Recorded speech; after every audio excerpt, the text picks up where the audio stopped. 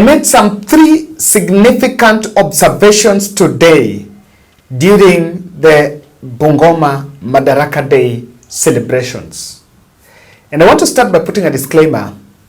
The framers of the 2010 Constitution that envisioned these celebrations to be rotational, it was a very perfect idea.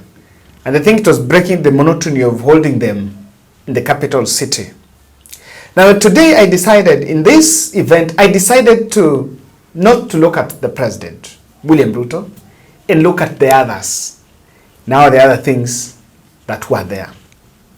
And the first observation I made is the attendance that William Ruto has been making in the region. In Bungoma, I understand he's still going to be there for better part of the week. He's not been part of it, but yesterday he was making a statement, speaking in Kakamega the very day, and he was leading the Tawe movement here. Mabadiliko inaanzia hapa. Na inaanza leo. Tumeelewana? Ndio. Mimi viongozi niliongea hivi hata hawataki kuona mimi. And I'm telling the people the truth. Yes. Yule mtu ambaye anasema anatembea anadanganya, achukue podium, aseme ulisema hii, ukasema hii ambayo ni uongo. Na nitasalimu hapo. But because wanajua anasema ukweli, kazi yao ni vitisho. Hata wakati rais anakuja bwana, wanaitana mimi hawajui. Magama na bwana wengine wanaitwa diskiti. Hata tukupewa kadi ya kwenda sherehe kesho mimi nimekataa.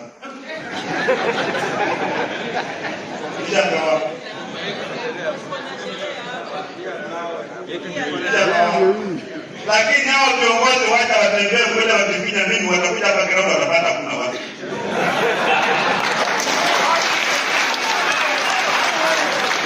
Watapata tulienda, sio? Maana barabara yao imepeleka jangwani, tutafuta barabara yetu. Na yule anasema hapa anatembea usifika wapi waje, sitaki waje, tunatembea sisi wote pamoja. Tumeelewana? Na kama hata mtapata mtu mwingine, bora kuwe ni Mluya, anaongea sauti ya Mluya, sio kigeugeu, sio kinyonga. Na ingie pale na tupatie, mimi sina shida. Tukianza kuongea tuone atakuwa rais, tunaanza kuharibu. Watu wanaanza kungangania viti, tunasahau mambo ya maneno kwa hiyo. Ndio. Kwa sasa ni kuroho jamii kuongea na sauti moja. Raila hawezi kuwa kwa serikali kidogo, Raila ni kwa serikali. Lakini Raila baada ya kura huwa anakaa ndani ya serikali. Kwenda hapa huko. Anabeba kura zake za Nyanza na za Waluya. Anaingia kwa serikali. Wakati mheshimiwa Uhuru na Ruto walikuwa na matatizo kidogo, akafanya hesabu wakane, Ruto alikuwa na wakati wa jumbe wake. Yeye akapiga yake na ya wajamaa akaona ya yetu wabaya na yake akaona tuko mbili. Niliambia Uhuru Ruto anapeleza vipi? Kama hata kwenda hata kwenda. Mambo yote tutakupitishia, baada tutapitisha, wewe tutapitisha kwa mtu wao anapiga kura. Ndio alikuwa vice president. Bila kuchaguliwa.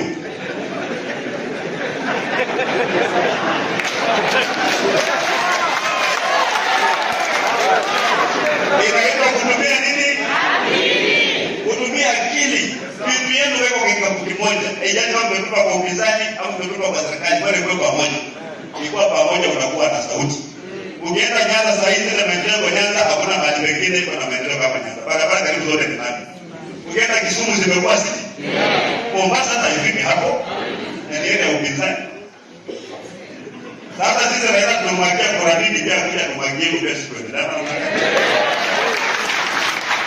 hapo ndio wewe tunaenda Mwenyezi Mungu. Mimi na hapa kabisa mimi zote kwa mradi yangu. Na ikawa ndio ile project. Mimi ni mradi wa wananchi wangu wa Luya kwa sasa. Na wananchi wote wa Kenya ambaye maisha yake iko chini apate haki yake. Akisema mimi mradi yake mimi nakubali. Lakini hawa watu wa Yesu afande. Wewe ni kwa mradi wake. Na ndipo tunapata viongozi wetu hapa Western kwa sababu hii lugha tunaongea hawezani nayo. Kazi yao ni kwenda kila mahali kusema Natembeya mradi wa Ruto, Natembeya mradi wa Gati, Natembeya mradi wa nani. I don't talk to those guys.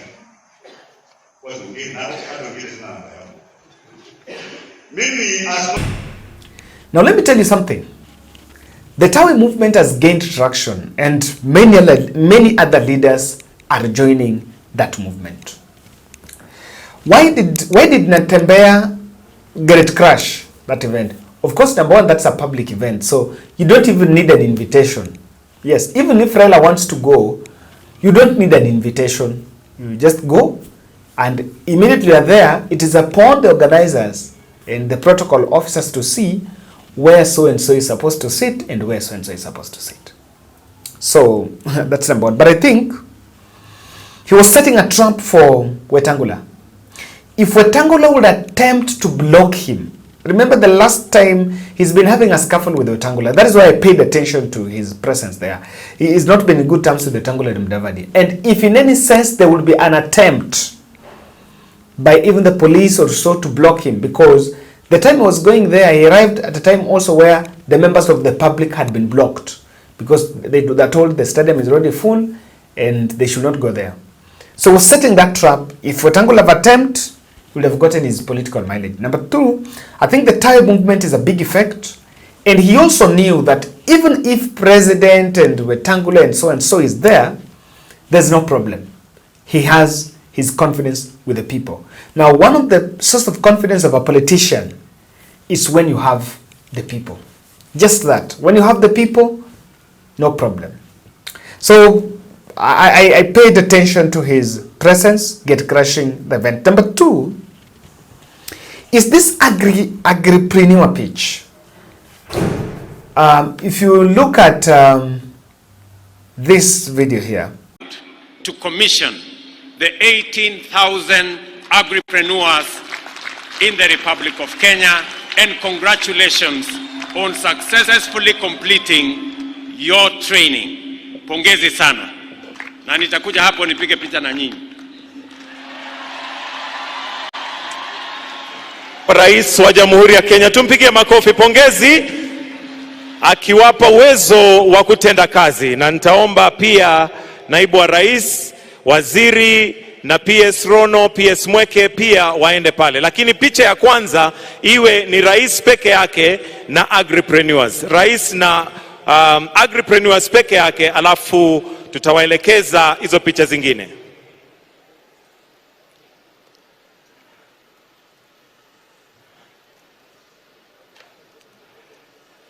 Picha ya kwanza ipigwe ikiwa rais peke yake na agripreneurs.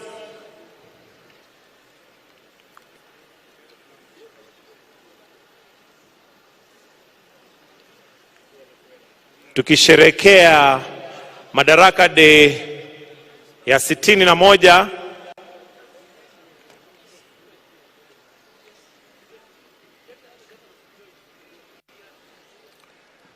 Pia gavana kama unaweza teremka tafadhali.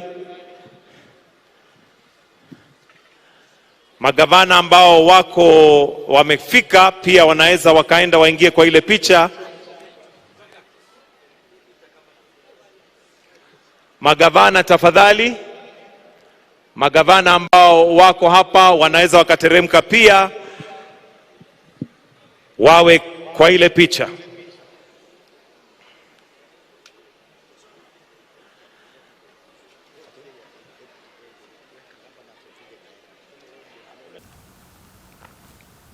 That video you've watched, President, there's some 2,500 people that have been mobilized. We were told 2,500. I don't even think what that number is, 2,500. And they are mobilized as part of the team to, I don't know, to market, and they will be doing capacity building in the counties on the issues of agriculture. And I realized even in Kerisho Green Stadium, there was that one for CHVs. So while we're doing it, when the president is making his speech about the pitch on agriculture, he's not moved by the fact that agriculture farmers did not receive the good fertilizer, and those who even received fake fertilizers were not compensated. So there is a lot of flowery. And you know, Madaraka Day has been digressed. It has been changed into, the other one was on health, this one has been themed around agriculture. And even this theming of the national holidays, personally I'm against it, because why are we celebrating Madaraka? It's an historical event, but we're digressing, and even after theming it around the same agriculture, we still don't see anything tangible. What I was expecting then is, why don't we celebrate the people that are doing well in agriculture? Why don't we celebrate that? I'm not seeing, if you see the list of recommendations on people that will be feted, you'll not even see someone in the agriculture sector. I was expecting that, because even when we did CHVs, when we celebrated CHVs in Kericho Green Stadium, there was no doctor who was feted in that page. So I looked at it. There is a lot of posturing, and there is something I'm realizing. President Ruto has realized that agriculture was part of his pillar on food security. And he always wanted to use agriculture as a campaign tool heading 2027, interventions in agriculture. Of course, the subsidy for fertilizers worked, except that what we subsidized were actually stones.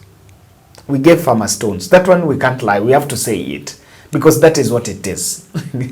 So we gave farmers some stones. And so, the pitch on that agriculture is key, and is trying to do some, is trying to do some damage control. Find out this and that. Now, the other, which is the last observation I made, is the speech by Lusaka. And listen to this. And commend you for your continued support for devolution, and especially devolving these national celebrations to counties, for this strengthens your presidential resolve to support counties and the devolution agenda in your national endeavors. It is therefore a great honor for us as counties and as the people of Bungoma that you have chosen to share this national celebration with us. It would be remiss of me not to pass the gratitude of the people of Bungoma. Mr. President, all the major roads in Bungoma town and its environments are well lit, hence promoting a 24-hour economy in our town. Our airstrip at Matulo can now safely land a 35-seater plane, but it's our wish and focus that in the future it be upgraded to an international airport. And Your Excellency, when it's at that level, we want to propose on behalf of the people of Bungoma that it be named after you. Our Masinde Muliro Stadium is in the process of being completed to perfection with a seating capacity of 20,000 people, with all roads around it well paved, and we now have an official state lodge. Tunasema asante sana. Your Excellency, the current weather pattern in Kenya is worrying. We must begin to think of timely interventions that will address the challenges of crop failure in order to ensure our people have options. Lusaka, while speaking, the three things he's saying there, and I think manipulation, that thank you for building a state lodge in Bungoma. Does a state lodge benefit the people of Bungoma? Does a state lodge bring the people of Bungoma? No. The stadium has been built. Is it under the discretion of the president? Yes, it is under Kenya County administration, but of course, the project for Bungoma started even during Uhuru Kenyatta era. But I don't have a problem with that. But then, Kenneth Lusaka, the governor, is saying as if they are requesting the airport to be changed. I tend to think the decision to change the airport name to William Ruto might have been discussed earlier. The governor cannot just come with such a proposal of such magnitude without having consulted the president.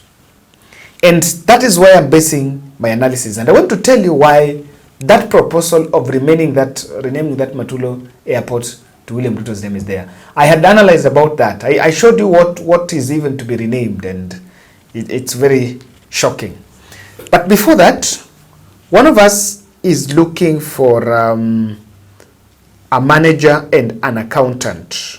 So if you can and you're able, I just want to retrieve the message. I think he had sent that message to me. I want to get it so that I can read it for you. Verma Sanko is looking for an accountant, account clerk and manager with some accounting background with experience in a SACCO. You must have experience in a SACCO. The SACCO is at Rodi Kopany, Homa Bay County.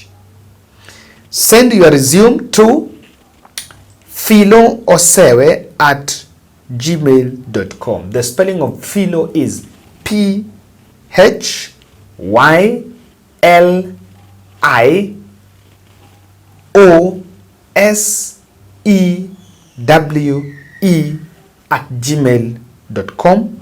Or you can also reach out through this number. I think it's a WhatsApp number. Or you can also call, but through WhatsApp. Is because she's based actually in UK. He's saying the number is +141 46 99 5231. +141 46 99 5231. So Verma Sacco. You must have experience in Sacco. He's looking for an accountant in the manager. So kindly you can contact that number. And don't ask me about it. I've already said it here. So don't come to my inbox asking me, Kevin, I want that job now. If you want, I've given you the details. Reach out to her directly, because I may not be able to furnish you and I may not be able to favor you in it.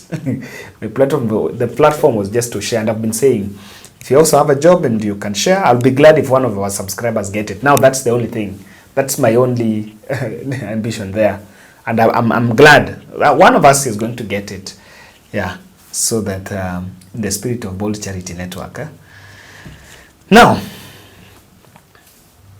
why is Ruto proposing that Matulo Stadium to be renamed in his name? He's the one proposing, not Kenneth, not the governor. Even though the governor would want it that way, and they chose the person to deliver the message is the governor. I think there is an attempt by the State House to boost the visibility of the president, and so that he can also take credit in some of these projects. The visibility, there is an understanding and there is a big perception, and it's a true perception that not so much is happening in the ground, despite of the poetic talk on things that the administration is saying they're doing or things they're planning to do, but the ground is not swelling with very good projects or what exactly the president and the team are doing. And I see this as part of their attempt to try to get the public perception in their favor. Number two, the giant project, like, making that airport an international standard, and I'm telling you that won't happen. It won't happen. There is an airport around. How would you believe that the airport in Eldoret and another one in Bungoma, and the Bungoma one is to be made an international airport? No. But money, there is something to create some pseudo giant project. When it's made giant project, it will get its way part of William Ruto's legacy scorecard. And I think this is another conduit of siphoning the funds. It's now upon Murkomen to make trips and allocate very huge funding for that project and do nothing. Then that money gets to people's pockets. And lastly, there is a struggle to get grip of the Bungoma vote. So ladies and gentlemen, that is my take. I found that Madaraka celebration a bit underwhelming. Maybe it was too so cold, and that is what it was meant to be. Thank you.